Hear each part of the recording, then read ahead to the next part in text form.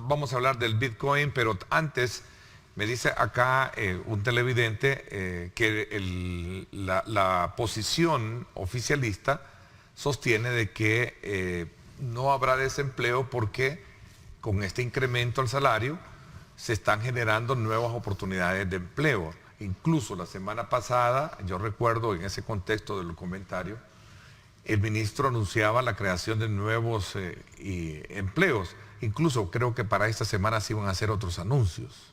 Qué bueno. Ojalá. Entonces la pregunta es, ¿empleos bajo qué, digamos, modalidad? Porque si como sector que tú representas no tiene ni el conocimiento, ni el parte, ni la discusión del entorno por el cual se ha tomado la medida, ¿de qué empleos estaremos hablando? Esa es la pregunta. No lo sé, no lo sé. Entiendo que se hablaba en un momento dado de empleos que tienen que ver con call centers.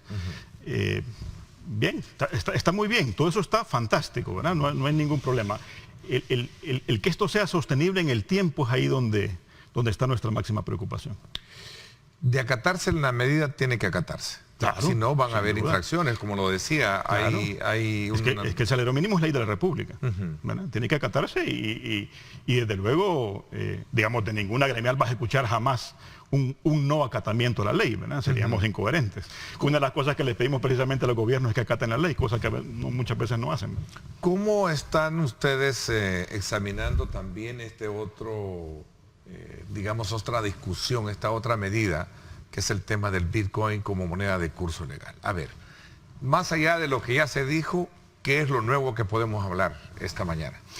Bueno, hay una encuesta que ustedes pasaron. Sí, lo importante es el rechazo, ¿verdad? Es un rechazo generalizado, el que hay por lo menos de parte del sector privado organizado, me refiero a los empresarios, en particular, digamos, en el caso de la Cámara de Comercio, micro y pequeños, ¿verdad? Que están muy preocupados con esto, porque por mucho que el presidente de la República haya salido en una cadena de radio y televisión diciendo que lo que dice la ley no es cierto, pero es lo que dice la ley, pero dice que no, que entonces uno puede aceptar el Bitcoin pero no recibirlo, entonces la gente se queda en la luna. Bueno, ¿y qué hacemos? ¿Le hacemos caso al presidente en una cadena de radio y televisión o le hacemos caso a lo que dice la ley? ¿Verdad? Porque es muy curioso, el artículo 7, fíjate, lo único que dice es lo de la obligatoriedad. Entonces, ¿para qué está ahí si no iba a ser obligatorio? O sea, digamos, estas son preguntas de kinder, pues, ¿verdad? Porque, a ver, si un artículo que me habla de la obligatoriedad de aceptar el Bitcoin, ese artículo no le tengo que hacer caso, ¿y por qué no te lo volas de la ley, pues? Hay una gran diferencia entre deberá y podrá. Ah, por supuesto. Que ese es el punto, la frase. Y en el artículo 7 dice deberá, no podrá, ¿verdad? Pero es el único artículo donde dice, por cierto, ¿verdad? Donde plantea el deberá. Entonces, ¿estás de acuerdo que ese es el punto medular de todo? Desde luego, lo que yo he recogido de todo el debate es la palabra. Por supuesto. La discusión es el deberá. Sin ninguna duda. Y mira, hombre, digamos que este tipo de cosas no la maneje la gente en la calle, no es raro. Pero que vengan juristas a decir otra cosa me parece inconcebible. O sea, juristas que no entiendan que lo que dice la ley es lo que debe cumplirse, me parece increíble, increíble. Pero bueno, de todo hay en la viña del Señor, ¿verdad? El caso es que hay una gran incertidumbre y por supuesto los sectores productivos estamos diciéndonos, bueno, a ver, entonces esto cómo va a funcionar, de a cuánto nos va a tocar. ¿Qué porcentaje de la población empresarial o de socios encuestados sostiene que no estar de acuerdo? Más del 90%. Más del 90%. O sea, veamos un poco la lámina. Sí. Vamos a ver. ¿Qué tenemos ahí? Son 1.668 respuestas que se obtuvieron del sondeo. Correcto, ¿sí? Correcto, exactamente. A la primera pregunta, dice, ¿sabes que la Asamblea Legislativa aprobó la ley propuesta por el presidente para que sea obligatorio que las empresas trabajadoras o cualquier persona acepten pagos en Bitcoin? 93% te dice que sí, lo cual es interesante, ¿verdad? Porque en general, digamos, la gente no suele estar muy sabedora de lo que ocurre al interior de la Asamblea Legislativa. A ver, pero también se involucró, esto no es una encuesta de empresarios, ¿de socios de ustedes o es para la población? De socios y población en general, okay. Exactamente, sí. Qué bueno que me hayas aclarado. Sí, eso es importante. Correcto, sí. Sí, que eran solo socios. Es importante, tenés razón.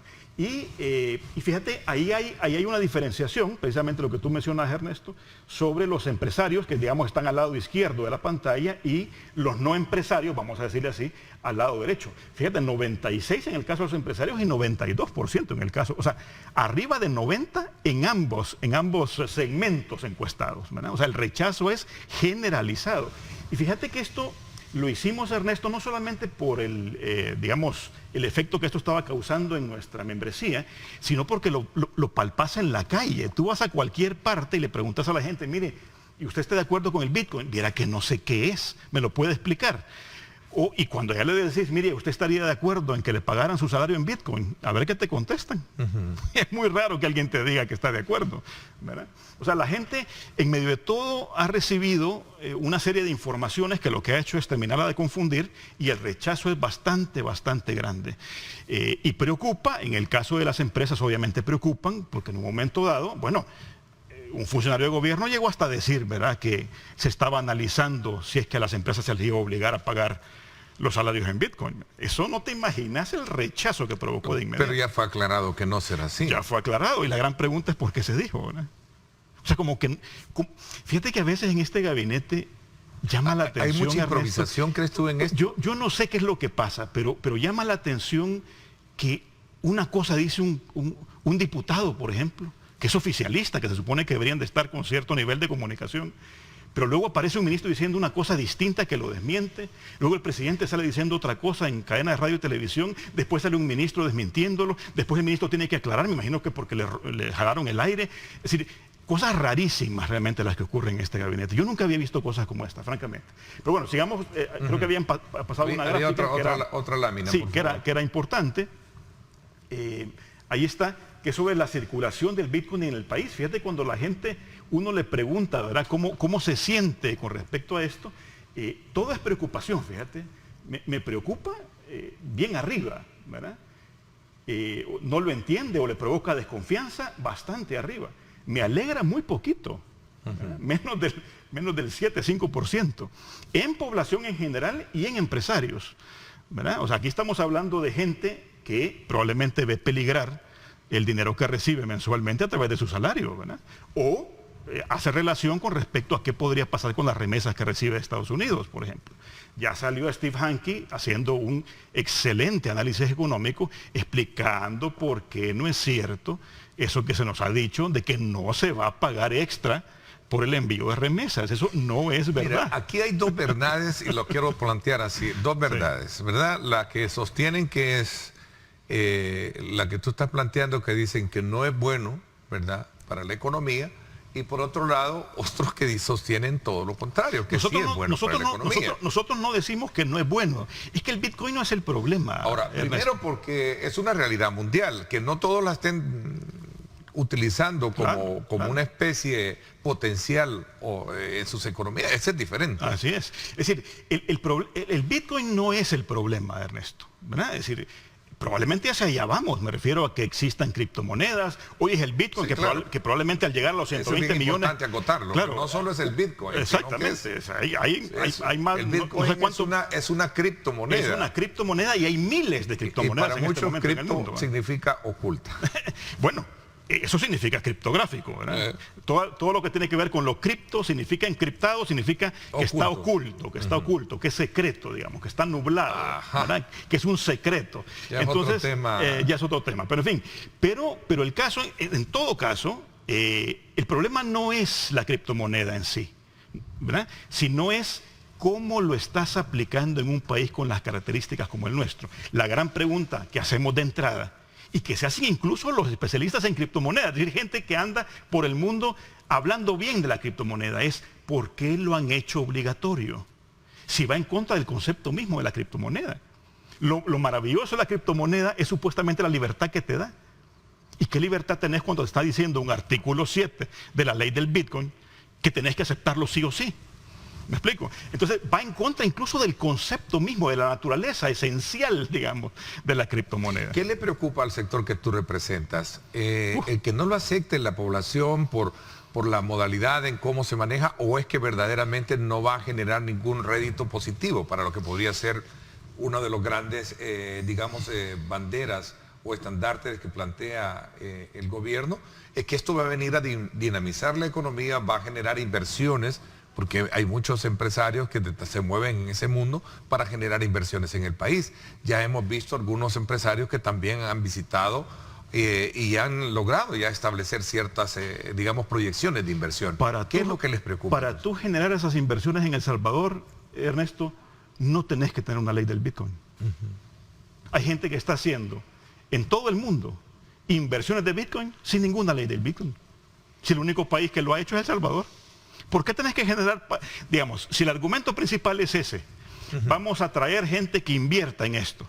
Y entonces, ¿para qué creamos una ley del Bitcoin? Si hay un montón de gente haciendo inversiones por todas partes y no existen esas legislaturas. Ahora, lo que preocupa también, y vamos a otro tema que es importante, es qué tipo de inversiones pueden venir. Porque estamos suponiendo que todas son buenas. ¿Y de dónde suponemos que todas son buenas? Si hay organismos como el Banco Mundial, como el BMI que te están diciendo, cuidado, cuidado, esto se presta para pésimas inversiones.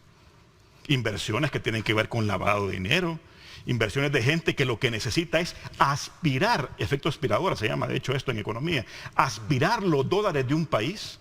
¿Qué va a pasar, por ejemplo, cuando venga, voy a poner un ejemplo burdo, un lavador de dinero mexicano que necesita lavar 300 millones de dólares en bitcoins? Y se lleva esos 300 millones de dólares. Lo que él necesita son los dólares, no necesita el Bitcoin. El Bitcoin lo quiere dejar aquí. Hay que se queden los salvadoreños con el Bitcoin. Yo me llevo los dólares. Y si en un momento dado nos quedamos, como bien dice Steve Hanke, con razón, sin dólares, ¿qué hacemos? Si somos una economía dolarizada. ¿Quién va a responder ahí? ¿El presidente de la República con otra cadena de radio y televisión? O sea, yo creo que este tipo de cosas, Ernesto, hay que verlas con lupa, ¿verdad? Y con mucho cuidado. Las medidas y controles para evitar esto no son garantes. ¿Cuál medida de control? Partamos del hecho de que existen parámetros para fiscalizar las transacciones, si bien es cierto, como esto es algo nuevo y se dice de que siempre deja un rastro, digamos, de una trazabilidad. La trazabilidad que se maneja en este proceso. A diferencia del sistema monetario bancario que te deja, que es mucho más fácil, aunque siempre hay lavado de dinero. Sí, desde luego. Tampoco es, siempre lo ha habido. Así es. Tampoco es algo que realmente no se ha hecho, porque la mayor parte del lavado de dinero, aquí tenemos casos de supuestos lavados de dinero con expresidentes, por ejemplo. Claro, claro. Exfuncionarios políticos. Pero imagínate, Ernesto, voy a utilizar ese argumento. Hemos tenido casos escandalosos de lavado de dinero, teniendo solamente el sistema tradicional. Y si lo abrís del todo, a través del Bitcoin, ¿qué vas a tener? ¿Me quiere decir que va a ser más vulnerable? Por supuesto. Estamos vulnerabilizando más nuestra economía. Es al revés. Estamos haciendo mucho más vulnerable al país con respecto a estas cosas. Si ya hemos tenido, con todos los candados y garantías que hay, y la capacidad de trazabilidad dentro del sistema financiero bancario tradicional, digamos, y hemos tenido esos escándalos mayúsculos de presidente de la República que se han robado 300 y pico millones de dólares, ¿qué podés esperar entonces que ocurra cuando aquí liberes todo y venga todo el mundo? Vas a vulnerabilizar la economía salvadoreña. Espacios de diálogo.